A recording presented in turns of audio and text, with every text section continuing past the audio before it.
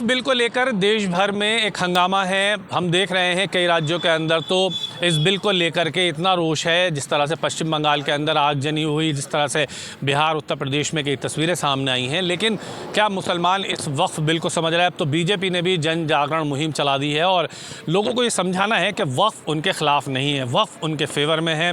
वक्फ को लेकर के बीजेपी एक एक मुसलमान की दरवाजे और चौखट पर जाएगी, उनको ये समझाएगी कि वक्फ उनके ख़िलाफ़ नहीं है। हालांकि मुसलमान जिस बात से डरा हुआ है वो बात यह है कि क्या मुसलमानों की मस्जिद, दरगाह, खानका, ईदगाह छीनने वाली है? क्या बीजेपी इस बिल के ज़रिए उनके धार्मिक स्थलों पर कब्ज़ा करने की कोशिश कर रही है?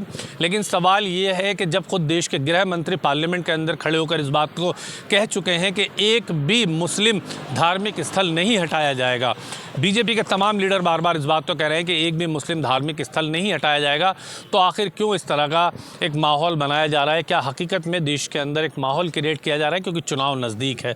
और इसी के लिए हमारे साथ तमाम मुस्लिम समाज से जो बुद्धिजीवी वर्ग के लोग हैं वो जुड़ गए हैं, जो अलग अलग फील्ड में अपनी महारत रखते हैं। टीचर्स भी हैं, बिजनेसमैन भी हैं, स्कॉलर्स भी हैं। उन्हीं से हम बात करेंगे कि आखिर वफ़ को वो कितना समझते हैं और वो इस देश को वफ़ के बारे में क्या समझाना चाहते हैं। क्या उनकी समझ में वक्फ कानून आ चुका है और क्या इनकी बात, जो आज यहाँ पर तमाम लोग मेरे साथ खड़े हैं, क्या इनकी बात आज देश के मुसलमान समझेंगे? क्या वो समझेंगे कि वक्फ आखिर क्या है?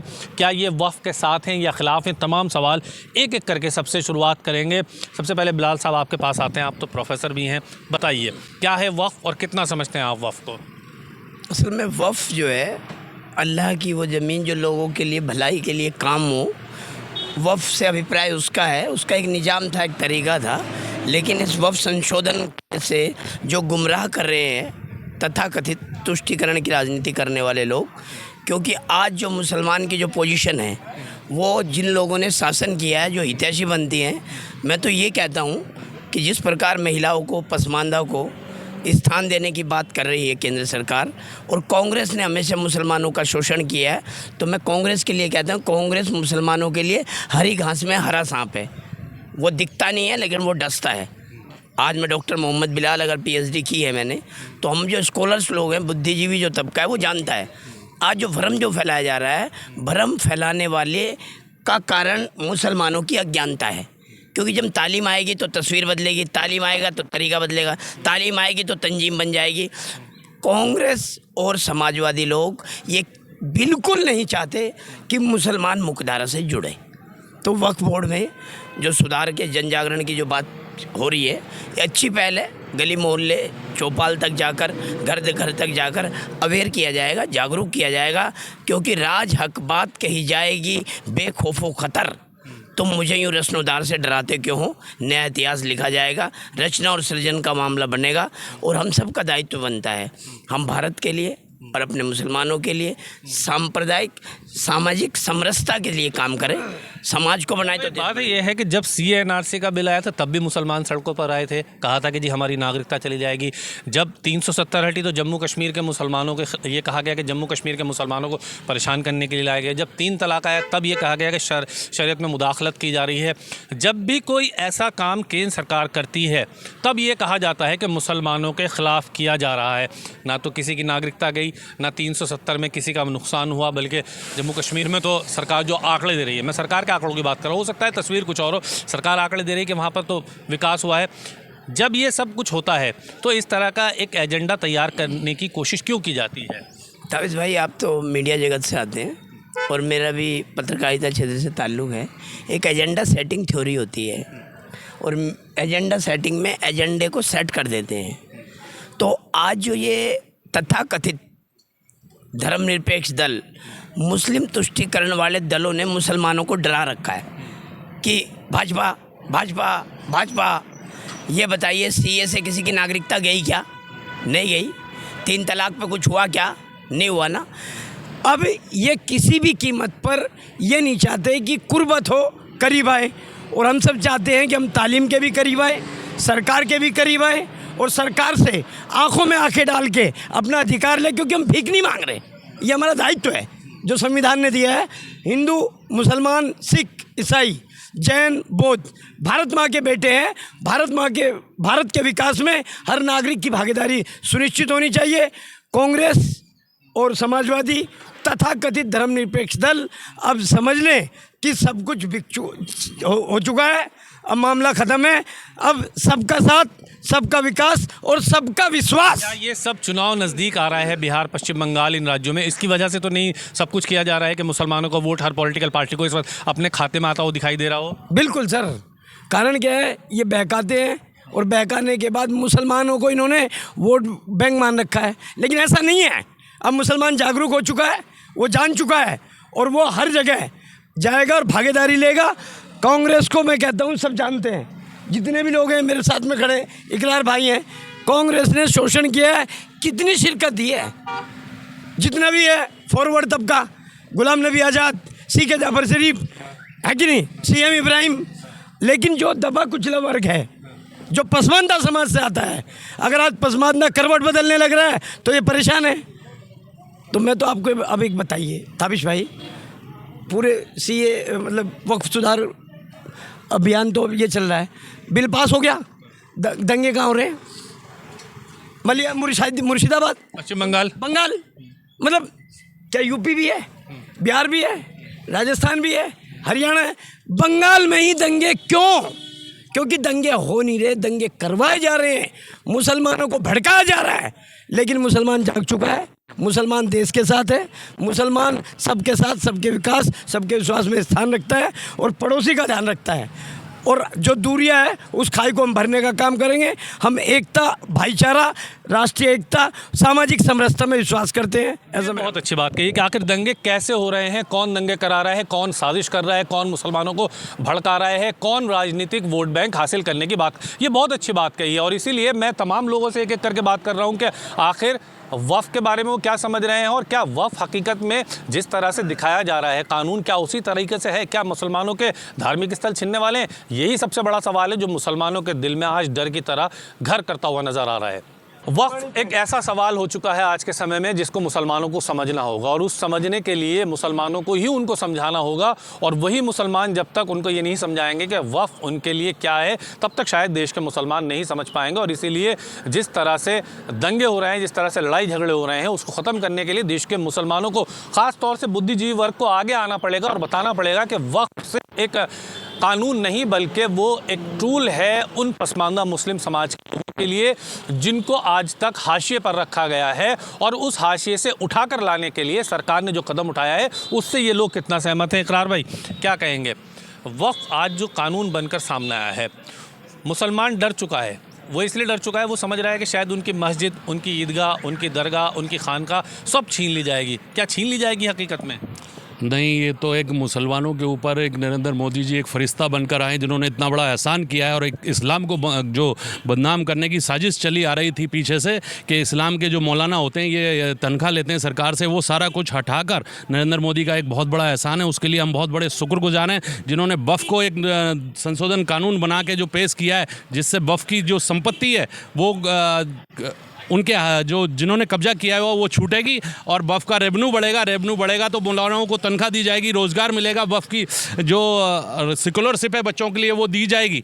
ये वफ़ के ऊपर एक बहुत बड़ा नरेंद्र मोदी जी का एहसान है, उसके लिए हम बहुत बड़े शुक्रगुजार हैं उनके लिए। अच्छा, एक बात बताइए कि आपको लगता है कि जो मोदी सरकार कह रही है कि हम वफ़ के लिए, पसमानदा मुसलमानों के लिए काम करेंगे, वफ़ के पैसे से, वफ़ का पैसा आएगा, उससे बिल्डिंग बनाएंगे, कॉलेज बनाएंगे, स्कूल बनाएंगे, इंस्टीट्यूशन बनाएंगे और मुसलमानों के लिए काम किया जाएगा, क्या ये संभव है? हो सकता है इतना आसान है या सिर्फ ये कहने के लिए है? नहीं, मोदी जी जो कहते हैं वो करते हैं और उन्होंने मुसलमानों के लिए बहुत किया है। वो सोच रहे हैं मुसलमानों के लिए। आज तक किसी सरकार ने नहीं सोचा, किसी प्रधानमंत्री ने नहीं सोचा, ये नरेंद्र मोदी जी ने सोचा है। वफ़ में इतने बड़े घोटाले हो रहे थे, सिर्फ वही लोग इसका फ़ायदा ले रहे थे वफ़ का जिन लोगों ने कब्जा किए हुए थे, जो लोग अपनी वफ़ की संपत्ति को लेकर 1 रुपये के हिसाब से और उन पर बिल्डिंगें बना के करोड़ों अरबों रुपए कमा रहे थे। आज जो भी लोग विरोध कर रहे हैं वफ़ का, उन लोगों के पास वफ़ की संपत्ति है हजारों लाखों करोड़ रुपए की, और वही लोग लोगों को गरबला रहे हैं ताकि जो है लोग गरबलाएं। और वफ़ का गरीब आदमी को कुछ पता नहीं है वफ़ के विषय के अंदर।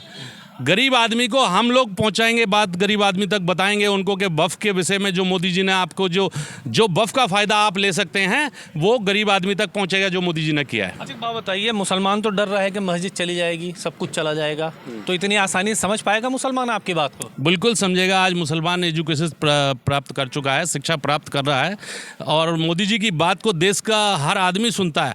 तो मोदी जी जो कर रहे हैं वो देश के लिए अच्छा कर रहे हैं। अच्छा, एक बात बताइए, क्या जो अभियान चलाए जा रहे हैं वफ़ को लेकर के, उसके उलट में कई तंजीमें ऐसी भी हैं मुसलमानों की जो ये बता रही हैं, चाहे उसमें मुस्लिम पर्सनल लॉ बोर्ड हो, चाहे उसमें जमीयत उलमाए हिंद हो, ये तमाम जो तंजीमें हैं वो ये कह रही हैं कि अब सड़कों पर निकल कर आने की ज़रूरत है मुसलमानों को। क्या हकीकत में ये वक्त आ चुका है मुसलमानों को सड़कों पर आ जाना चाहिए, अपने हक़ की लड़ाई लड़नी चाहिए, वफ़ के ख़िलाफ़ सड़कों पर उतर आना चाहिए? वफ़ के स्वागत के लिए मुसलमानों को आना चाहिए, मोदी जी के स्वागत के लिए और भारतीय जनता पार्टी की सरकार के स्वागत के लिए आना चाहिए, बल्कि उन लोगों का विरोध करना चाहिए, उन लोगों ने जो वफ़ की ज़मीनों पर कब्जा करके बैठे हुए हैं और सिर्फ अपना और अपने रिश्तेदारों का चला रहे हैं, ना कि किसी गरीब मुसलमान का उन्होंने सोचा है। आप उनसे हिसाब मांग लीजिए, कितनी गरीब बेटियों की शादी कराई है, कितनी गरीब मुसलमानों को रोज़गार दिया है उन्होंने, कितने को सेकुलरशिप दी है, वो आप उनसे हिसाब मांगिए, नहीं दे पाएंगे वो। मतलब अब आप चाहते हैं कि हिसाब मिले वफ़ का? बिल्कुल मिले हिसाब वफ़ का, मिले हिसाब। बिल्कुल ये वक्त है वफ़ का हिसाब लेने का। आज जो वफ़ का मोदी जी ने बनाया है वो सिर्फ हिसाब के लिए, क्या उनसे वो संपत्तियां सारी छूटेंगी और वफ़ में रेवेन्यू बढ़ेगा, उससे रोज़गार बढ़ेगा, गरीब मुसलमान का भरा होगा। अच्छा, चलिए एक एक कर कुछ बिलाल भाई कुछ कहना चाह रहे हैं, बताइए। मैं इनकी बात को पूरा करना चाह रहा हूँ। हर काली रात के बाद सुबह होती है, ये दस्तूर है अल्लाह का। तो उसके लिए एक शेर है कि लिखी है जो शाही से, जो अब तक कालिक से इतिहास लिखा गया है, वक्फ बोर्ड का और कांग्रेस ने जो शोषण किया है पसमानदा का, मुसलमान जो हाशिए पे है उसका, कि लिखी है जो शाही से, वो तहरीर बदलेंगे, अपने मुल्क के हर शख्स की हम तकदीर बदलेंगे, गली कूचे दरो दीवार बाशिंदे यही होंगे। फ़र्क इतना होगा कि इनके चेहरे से मायूसी की तस्वीर बदलेंगे, क्योंकि हमारा नारा भाईचारा है, हिंदुस्तान की एकता को लेकर हमें काम करना है। वफ़ के बाद एक नया अध्याय शुरू हो रहा है, इंशाल्लाह अच्छा रहेगा। बहुत बड़ी बात कही आपने कि वफ़ के बाद एक नया अध्याय शुरू हो रहा है, उस पर काम किया जाएगा। रईस भाई क्या कहेंगे, समझ में आ रहा है वफ़ कुछ? हाँ बिल्कुल वफ़ समझ में आ रहा है। ये जो है ना, अभी जैसे भाई मेरे कह रहे थे, अभी इकरार भाई कह रहे थे कि झगड़े कहाँ हो रहे हैं, झगड़े वहीं हो रहे हैं जहाँ इन्होंने आज तक 70 साल से करा क्या, लोगों को लटकाने भटकाने डराने धमकाने का काम करा। आज मुसलमान इनके हाथ से जा चुका, आज मुसलमान ये जान चुका है कि हाँ भी वफ़ क्या है, कि इन्होंने हमारे साथ क्या करा है। इन्होंने जो है 1-1 रुपये पे जो है ना लीज पे दे रखी है, जिसका जो है किराया जो है 1-1 करोड़ रुपये आना चाहिए था, उसको 100 रुपये पे लीज पे दे रखी है। तो इन्होंने अपने पेट भरे हैं। आज मुसलमान अपने हक़ के लिए खड़ा। मैं मोदी जी का तहे दिल से धन्यवाद ये करूँगा कि मोदी जी ने एक कदम उठाया और हर मुसलमान को मोदी जी के साथ आना चाहिए और कंधे से कंधा मिलाया के मोदी जी के साथ चलना चाहिए। और इस वक्त अच्छा रईस भाई बताइए कि चुनाव आ रहा है, इसलिए तो मुसलमानों के वोट बैंक पर सबकी निगाहें तो नहीं है, बीजेपी भी चाह रही है कि उन्हें मुसलमानों का वोट मिले और इसीलिए इस तरह का प्रोपेगेंडा किया जा रहा हो? नहीं, देखो मोदी जी ने कभी भी किसी भी एक वर्ग के लिए वोट की राजनीति नहीं करी। उनका एक ही नारा था, सबका साथ, सबका विकास, सबका विश्वास और सबका प्रयास। मुसलमान मानते हैं सबका विश्वास हो रहा है, सबका विकास हो रहा है? बिल्कुल मुसलमान बहुत खुश है। आप देखते होंगे, हमसे ज़्यादा आपको तजुर्बा, आप देख रहे होंगे मुसलमानों के बीच में जाने के बाद, इसके वक्त आने के बाद पर कितना खुश है। ऐसी जब 3 तलाक का मसला आया तब इन्होंने लोगों को ये डरा कि भाई हमारे जो है ना नौजवान जेलों में चले जाएंगे। आज तक बताइए कोई गया ऐसी CA/NRC पर कि ये हो जाएगा। हमारे देश के यशवंशी गृह मंत्री और हमारे रक्षा मंत्री और हमारे देश के प्रधानमंत्री और हमारे राष्ट्रीय अध्यक्ष वो बार बार संसद में चिल्लाए कि ये कह रहे कि किसी को कोई नुकसान नहीं हुआ। बताइए आज तक अगर CA/NRC पर किसी को नुकसान हुआ हो, बताइए किसी की नागरिकता गई हो, या बताइए आप किसी का जो है ना 3 तलाक पर कोई हुआ हो। ये सब इनके लटकाने भटकाने का काम है। ये जान चुके हैं कि मुसलमान हमारे हाथ से निकल रहा है, तो इसलिए मुसलमानों को ये काम करना, मतलब मुसलमानों को बहकाने का काम किया जा रहा है, मुसलमानों के अंदर डर पैदा करने का काम किया जा रहा है, मुसलमानों को डराने का काम किया जा रहा है। ये तो ये लोग कह रहे हैं, लेकिन देश का मुसलमान क्या कह रहा है वो भी तो सुनना चाहिए। क्या कहें? चलिए आपसे शुरू करता हूँ। क्या नाम है आपका? मेरा नाम शहजाद है। शहजाद भाई क्या कहेंगे, कितना समझ रहे हैं वक्फ बिल को? देखिए सबसे पहली बात ये है कि एक आम कहावत है, भूत से बड़ा भय होता है। आदमी को भूत से डर नहीं दिखाया जाता, बल्कि बताया जाता है कि भूत ऐसा होता है, इतना खौफनाक होता है, उसको डराया जाता है। सिंपल बात यह है कि वक्फ बिल के ख़िलाफ़ जो मुसलमानों को गुमराह किया जा रहा है, जो कांग्रेस ने आज तक मुस्लिमों को जो उनको बारूद के ढेर पर रखा है कि हमेशा एक चिंगारी लगाओ, और उनके बारूद के ढेर पर हमें बैठा करके हमें जलाया जाता है, हमारे अरमानों को जलाया जाता है, हमारे ख्वाबों को जलाया हमारे मुस्तकबिल को जलाया गया है। उसी में एक चिंगारी और लगाते हैं वो। अब हम मुसलमान 70 साल से गुमराह होते आए हैं, तो मैं मानता हूँ कि अभी मुसलमान इतनी जल्दी नहीं समझेगा, लेकिन जब असलियत सामने आती है ना, तो इंशाअल्लाह मुसलमान भी समझेंगे। और वक्फ बिल का जो मौजूदा जो अमेंडमेंट हुआ है, इसका फ़ायदा मुसलमान को होगा, धीरे धीरे ही सही, है ना, लेकिन इस बात को ज़मीन पर उतरेगा और मुसलमानों को फ़ायदा होगा। आज ना कल कांग्रेस की असलियत सामने आएगी, और जब मुसलमानों को फ़ायदा होगा, खुद ब खुद उनके मुसलमान तो खुद ही सड़कों पर उतरे हुए हैं वक्फ बिल के विरोध में। नहीं, मैंने कहा ना, भूत से बड़ा भय होता है। अच्छा, ये भूत दिखाया जा रहा है कि ये भूत है? नहीं दिखाया जा रहा है, उसके दिखाया जा रहा है, बारे में बताया जा रहा है कि तुम्हारी मस्जिद चली जाएगी, तुम्हारी दरगाह छिन जाएगी, तुम्हारी कब्रिस्तान चली जाएगी। मस्जिद नहीं रहेगा तो इबादत कहाँ करोगे, और कब्रिस्तान नहीं रहेगा तो दफनाए कहाँ जाओगे। आप सिर्फ उस आम मुसलमान से पूछ लीजिए कि वक्फ का मतलब क्या है। उन्हें ये नहीं पता है वक्फ इस्लामिक है, प्रॉपर्टी लोकल लॉ से गवर्न होता है, और वक्फ की प्रॉपर्टी कैसे गवर्न हो, ये अमेंडमेंट बिल है। वक्फ को लेकर के हम आपको बता रहे हैं कि आखिर देश का मुसलमान क्या कह रहा है। क्या कहेंगे जमील भाई, समझ रहे हैं वक्फ क्या है? बिल्कुल समझ रहा हूँ जी। मुझे तो बड़ा तकलीफ़ होती है कि मुझे कहीं ना कहीं लगता है कि राहुल गांधी जो है उसको कितना पैसा चाहिए, इतना पैसा है, उसके बावजूद भी और कितना पैसा चाहिए, कितनी बेईमानियाँ करेगा वो ज़िंदगी भर कि उसका कोई। राहुल गांधी नहीं तो बहुत सारी पॉलिटिकल पार्टी कह रही हैं कि वक्फ मुसलमानों के खिलाफ है। खुद मुसलमानों की कई जो जमात हैं वो खड़ी हो गई हैं, चाहे जमीयत उलमा हिंद हो, चाहे मुस्लिम पर्सनल लॉ बोर्ड हो, अंजुमन इंतज़ामिया कमेटी हो, तमाम मुस्लिम जमात, आप पॉलिटिकल तो छोड़ दीजिए, लेकिन जो मुस्लिम जमात आई हैं जो कह रही हैं कि वक्फ मुसलमानों के ख़िलाफ़ है, उन जमातों को आप कैसे देख रहे हैं? वो कितने लोग हैं जी, उनके साथ जो लोग हैं 10-20 लोग, 1% लोग जो उनके साथ के हैं ना, वही हैं उनके साथ, और कोई मुसलमान नहीं है। इस बिल पास होने से इतने मुसलमान लोग खुश हैं कि कोई इसका जवाब नहीं है। आपको लगता है कि देश का मुसलमान बीजेपी के जन जागरण अभियान को समझेगा, जो बीजेपी ने शुरू किया है कि भाई हम मुसलमानों को घर घर जा करके समझाएंगे, उसको समझेगा मुसलमान? बिल्कुल समझेगा, और जो एक बार समझ लेगा ना, वो उसका हो जाएगा, वो बीजेपी का हो जाएगा वो। तो क्या आपको लगता है कि इसीलिए विपक्ष मुसलमानों को डरा रहा है? इसीलिए डरा रहा है कि अब ये जो मुसलमान कहीं ना कहीं ये भाजपा के साथ जा रही है, इसलिए वो डरा रहा है, इसलिए दंगे करवा रहे, इसलिए पत्थर चलवा रहे। चलिए, ये तो सबका अपना अपना तर्क है। क्या कहेंगे तौकीर भाई, मुसलमान वक्फ को समझ पाएगा? क्योंकि दंगे तो बहुत ज़्यादा हो रहे हैं देश में कई इलाकों में। दंगे जो है ना, उन लोगों को भड़काया जा रहा है, भ्रमित किया जा रहा है। करता कोई है, भरता कोई है, बदनाम कोई होता है, ऐसी ही है, सब भेड़ चाड़ है, लगे हुए हैं। लेकिन ऐसा नहीं है कि मुसलमान समझेगा नहीं। हमारा मुसलमान पढ़ा लिखा तबका है, और वो अच्छी समझ रखता है, दीन की भी समझ रखता है, दुनिया की भी समझ रखता है कि वक्फ की चीज़ों पर कभी हराम काम नहीं हो सकता, वक्फ की हुई चीज़ों पर कभी भी बेईमानी नहीं हो सकती। हम नमाज जहाँ पढ़ते हैं वो हमारे मेहनत के पैसों से बनाई हुई मस्जिद तामीर की हुई होती है, हम वहाँ सजदा अदा करते हैं और हलाल सजदा अदा करते हैं। सबसे पहली बात तो ये कि मुसलमान को धीरे धीरे हम लोगों ने आज यहाँ से शुभारम्भ हुआ है कि वक्फ सुधार जन जागरण अभियान को लेकर के हम लोगों के पास जाएंगे, अपनी कौम के पास जाएंगे, अपने भाईचारे में बैठ के मशवरा करेंगे, समझाएंगे, एक एक बिंदु पर बात करेंगे कि भाई आपको लगता है कि आपके कब्रिस्तान छिन जाएंगे, तो मैं जिम्मेदार हूँ, मेरी पार्टी जिम्मेदार है, हम लोग जिम्मेदार हैं कि आपकी कब्रिस्तान को कोई भी ठेस नहीं पहुँचने वाली है, आपके मज़ारात को कोई ठेस नहीं पहुँचने वाला है, आपके ईदगाह को कोई ठेस नहीं पहुँचने वाला है। जो ठेस वहाँ पहुँचेगी जिन्होंने अवैध कब्ज़ा करके उसको किराए पर उठाने का काम किया और करोड़ों रुपए कमाने का काम किया, ऐसे लोगों पर सरकार शिकंजा कसने जा रही है। अब उन्हीं लोगों को डर है कि भाई अब ये वक्फ संशोधन आ गया है, अगर आ गया तो ये सब हमसे छिन जाएगा, इसलिए आवाम को गुमराह कर रही है, आवाम को भड़काने का काम कर रही है। आज मैं कह रहा हूँ वक्फ बोर्ड को मैं भी नहीं जानता था कौन इसका सदर है, कौन प्रेसिडेंट है, कौन वाइस प्रेसिडेंट है, कोई नहीं जानता इसको, कोई मुसलमान तो शायद आम मुसलमान तो वक्फ को जानता ही नहीं था। अब धीरे धीरे समझ में आ रहा है। आज धीरे धीरे जब वक्फ संशोधन आया तब पता लग रहा है कि इसका भी कोई रहनुमा होता है, इसका भी कोई कुछ होता है देख रेख करने वाला ये, लेकिन ये नहीं पता था कि इतनी कालाबाजारी होती है।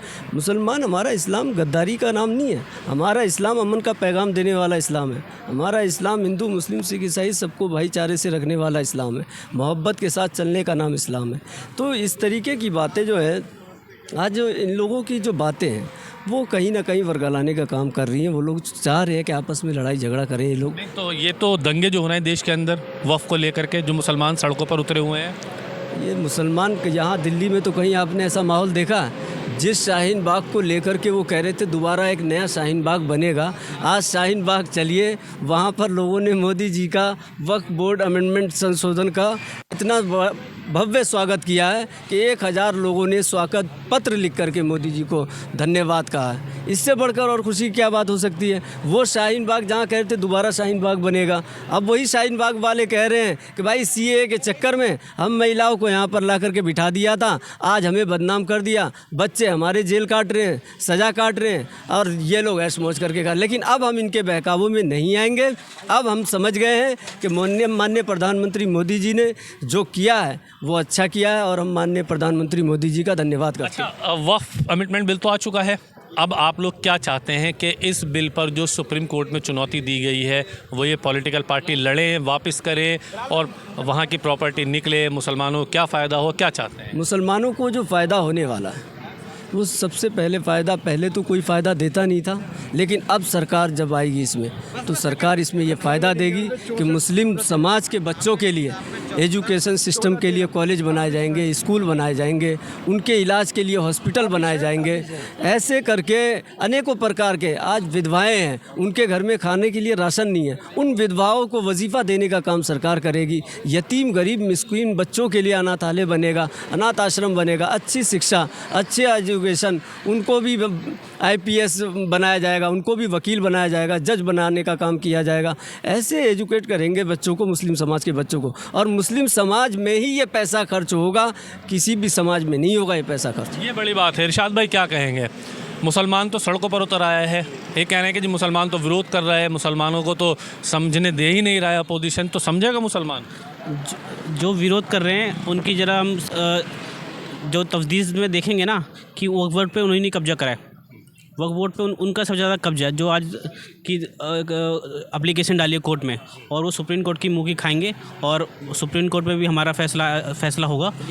और जो एक पार्लियामेंट है, देश में कानून बनाने का काम है वो पार्लियामेंट का है, और पार्लियामेंट में जो पूरी बहुमत से कानून पास हुआ है और इस कानून का स्वागत करते हैं, क्योंकि वक्फ बोर्ड जो है लोगों को घोटाले से लिप्त था, मगर अब जो कानून बनेगा उस पर लोगों की एक पारदर्शिता नज़र आएगी और इसमें जो भी उससे वक्फ बोर्ड से पैसा जनरेट होगा, मुसलमान में जैसे ईदगाह है, मस्जिदें हैं और विधवाएं हैं, जो उनके लिए और जो शादी हैं उनके लिए पैसा यूज़ होगा। घबराने की बात नहीं है। ये लोग बहका रहे हैं और बहका वो रहे हैं जिन्होंने वक्फ बोर्ड पे कब्जा करा है, जिन पे केस चल रहे हैं, तो घबराने की बात नहीं है। वक्फ बोर्ड कानून सही है, उसका मैं समर्थन करता हूँ। अच्छा, आप समर्थन कर रहे हैं। क्या नाम है आपका? हाजी रियाज। क्या कहेंगे हाजी जी, वक्फ मुसलमानों के ख़िलाफ़ है? नहीं, बिल्कुल भी नहीं। ये कानून जो मोदी जी लाए बहुत अच्छा कानून है और मुसलमानों को इसका जो हक है वो मिलेगा पूरा।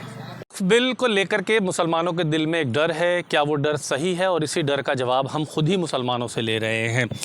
क्या कहेंगे, आज जो मुसलमान देश का डर रहा है कि उनकी मस्जिदें, उनकी खानखा, उनकी दरगाह, उनकी ईदगाह छिन जाए, क्या उन्हें डरना चाहिए? डरने का मैं सवाल बता दूं आपको। मैं जब NRC आया था और NRC का कानून बनाया था तो यही इन्हीं लोगों ने, जो आज के शुक्र मुसलमान हैं, यही लोग उस समय चिल्ला रहे थे, चीख रहे थे कि ये जो बिल है इससे मुसलमानों की नागरिकता छीनने का बिल है। 2 साल से ऊपर आज लागू हो इसको हो गया हिंदुस्तान में। मुझे आप बताइए कि किसी एक मुसलमान का नागरिकता गई है? ये कानून नागरिकता देने का था। ऐसे ही अब वक्फ जो सन 2024 के अंदर पेश किया गया उस पर हो हल्ला मचा। उसके बाद JPC बनी। JPC बनने के जो चेयरमैन थे जगदीप पाल जी, उन्होंने सबको बुलाकर उसमें मशवरे लिए और राय मशवरे लिए। हमने खुद सुना उनको, JPC के जो चेयरमैन हैं जगदीप पाल जी को मैंने खुद सुना। उन्होंने कहा कि जिस वक्त 2006 में सच्चर कमेटी की रिपोर्ट आई थी, उस रिपोर्ट को देखते हुए उसमें जब कहा गया था, जिसको आज तक मंजराम पर नहीं रखा गया, सच्चा कमेटी की रिपोर्ट के मुताबिक ही मैंने सारी चीज़ें देख करके उसके अंदर इसमें काम किया है।